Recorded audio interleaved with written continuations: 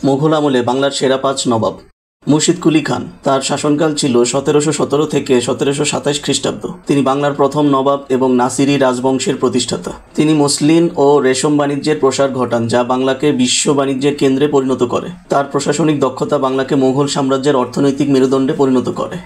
সুজাউদ্দিন মোহাম্মদ খান, তার শাসনকাল ১৭২৭ থেকে ১৭৩৯ খ্রিস্টাব্দ। তিনি নাসিরি রাজবংশের দ্বিতীয় নবাব।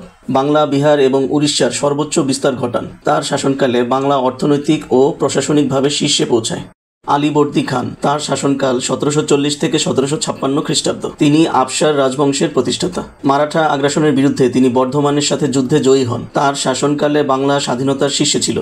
সিরাজউদ্দৌলা, তার শাসনকাল ১৭৫৬ থেকে ১৭৫৭ খ্রিস্টাব্দ। তিনি বাংলা, বিহার ও উড়িষ্যার শেষ স্বাধীন নবাব। ২৩ বছর বয়সে ক্ষমতা গ্রহণ করেন। পলাশীর যুদ্ধে ১৯৫৭ সালে মীর জাফরের বিশ্বাসঘাতকতার কারণে ব্রিটিশদের কাছে পরাজিত হন। তার পরাজয় বাংলায় ব্রিটিশ ঔপনিবেশিক শাসনের সূচনা করে।